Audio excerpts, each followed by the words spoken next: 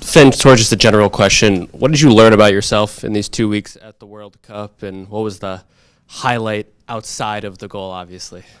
What did I learn? I think I just learned that I can compete with some players at the top of the world. I still think there's a lot that I can get better at, and that New Zealand we can improve on. But I think overall, I'm pretty pleased with kind of how some things went at the tournament. I think that I don't believe the gap's too big between both myself and the players that we played against, but also New Zealand and the countries we played against. And my highlight, I think the highlight was just the atmospheres and that. I think that, not so much just the atmospheres, but just the whole event of it. You know, the atmosphere, the kind of stress of it, the good and the bad stress. It was something that just creates a feeling that is so much fun to play in. Jim? Oh, yes.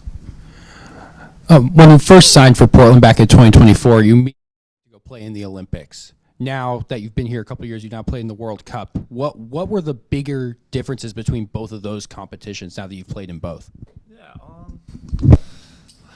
I think that one is the biggest difference is one is a kind of age group thing where there's, a lot of younger players and players with less experience, and then the World Cup is just the best of the best. And I think that's, brings different challenges, it's just higher level, higher quality, and more intense games. I really enjoyed the kind of all tournaments are different to like international football, but the senior men's World Cup tournament was super special to be a part of, and just the way that it's played is different to how very different to how club games are played, but even different to how international friendlies are played. So I found that a really cool learning experience. Going to go with two. I'll just give you one and let you answer the first one. I don't know if you can talk about this. I'm not big in the international scene, but any jersey exchanges with anybody after games? We played against England in a friendly, and I swapped with Ezri Konsa from Villa, so that was pretty cool. He's one player I like to watch. That was a cool moment, and I swapped with one of the Belgian centre halves at the end of the game, which is cool. Well, you bring up Belgium. U.S. is playing them tonight. What's your scouting report on Belgium? I think they're a good team. I think that they've been not unlucky, but they've kind of 2-0 down against Senegal showed some great character to come back and win, and they scored a lot of goals throughout the group, particularly against us. But I think the results against Egypt and Iran that they had, some people maybe kind of forget how good they are and how good of results that was for those other two countries. So they're going to be a good team, and it's going to be a good game to watch tonight. I'm just going to move this.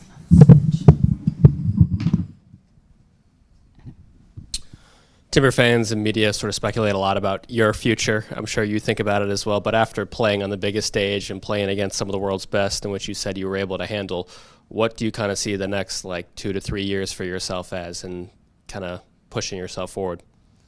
Yeah, I don't know. I don't know what's going to happen. I've always said that I've wanted to test myself at the highest level I can, whether that's here. I want to play here for as long as possible. If that's somewhere else, then I want to push myself to do that and try to do good things there. Kind of leave that stuff up to my agent and up to the club and that sort of stuff. Try not to think about it. It's impossible not to, because, like I said, I do have my aspirations. But no, I think that those sort of things happen in time, and there's a lot of things that have to happen in order for players to move or that sort of stuff, or new contracts or whatever it is. There's a lot of stuff that has to happen, and so. I kind of just wait and see what happens. I'm happy here. I've always said I'm happy here, and see what happens in the next. How long do you say? 2 or 3 years? Talk us through what reintegration's been like into the team. Obviously, some changes. Phil Neville no longer here. What's been kind of the reintegration process for you, and what have you learned here since you've been back? Yeah, it is as sad as it is to be away from the World Cup and to have come out of the tournament. I think. I'm very lucky that I come back to a place like this where I'm super supported by the staff and I have amazing teammates. So, I did miss them a little bit when I was away. So I think on Monday I come in just to say hello and get checked up and that sort of stuff, and then had a little bit of time off last week, and then back into training today. No, it's good. I think I'd say everyone, all the feedback that I've had from players is that training's been really good and people are really enjoying the training, and I think that's such a positive thing, especially with all the changes that have kind of been going on. And no, I think the boys had a nice break, and I think they're kind of re-energized, and that's a good thing. And so, it's great to be back with them and training like, yeah, it's just good. Jared. Aside from the goal, which player did you most enjoy going up against during the 3 games that you played at the World Cup? Yeah, I do think that against Egypt was a really fun game to be a part of. Again, results didn't go well, but I think that, especially in that first half, I was up a lot against Omar Marmoush, and that was such an awesome challenge for myself. And it was difficult. It was really difficult. He's so fast, so silky, and you kind of like, I know he's fast, but they just move faster than you think they will. They're so efficient with that sort of stuff, and so that was a really awesome challenge to play against him. He's probably the one that I was up against directly the most, and so that's probably my highlight player to play against. All right. Well, these guys have said other than the goal. Tell me about the goal. Yeah. Did the team talk about, was there going to be any celebration, anything like that was planned before or ahead of time before that match, anything like that? And then just kind of, were you able to, in that moment or after the match, be like, scored in the World Cup? No, it's a pretty mad feeling. It's something that I'm still kind of like, when people say it, it is a pretty awesome thing. Everything happened kind of slow motion as the set play was happening, and then when it went in the back of the net, then it was just a blur. No real celebration planned. I see it hit at the back of the net, and then I got people grabbing me and yelling at me, and so I'm just yelling back, and I thought I should run to the corner and go see Tim who crossed it in. But no, it's just nice team celebration. Got slapped on the head too many times, but no, it's a moment that I'll never forget. So it's pretty special.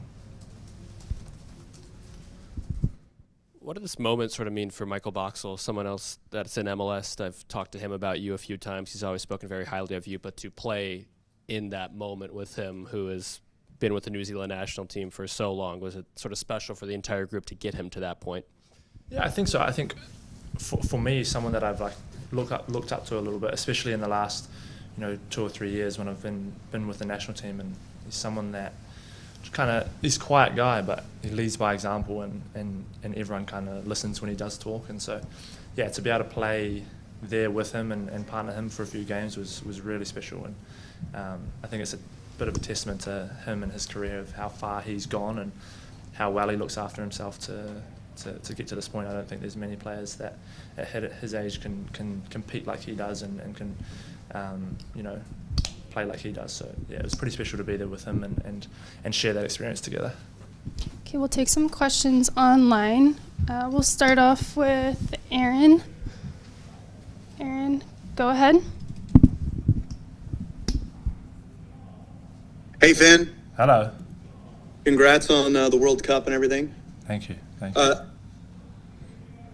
As a player, maybe a little early to ask, but does this, how was the experience? How's it changed you as a player, do you think, both mentally or anything on the field you think you picked up? You thought, I have to have this? I'm not quite sure how it's changed me yet. I think that, like I said, it was just an incredible experience, and being part of those atmospheres and just the tournament as a whole makes me hungry to be back there, hopefully in 4 years' time. And we didn't achieve our goals as a country, so we want to come back and do that again. So I think, yeah, like I said before, the biggest thing that I've kind of learned is that I can handle that level and play with that level. And I know there's still things I need to do better and develop with, but I kind of got a taste of it, and it's something that I know I can work towards for the future. Aaron, did you have a follow-up? Yeah, one more. 2 goals now for New Zealand. You putting a little pressure on yourself? 3. Thank you. 3. Well, since you were a Timbers. Sorry, since you were a Timber. Right. Does it put any pressure on yourself to get one for Portland?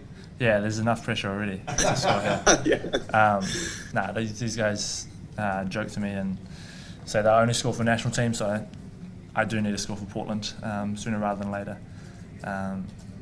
It's not something that I don't purposely not score. You know, I do try to score, and hopefully it'll come soon, and it'll come in the first game back. Any last Awesome. questions for Finn? Thanks.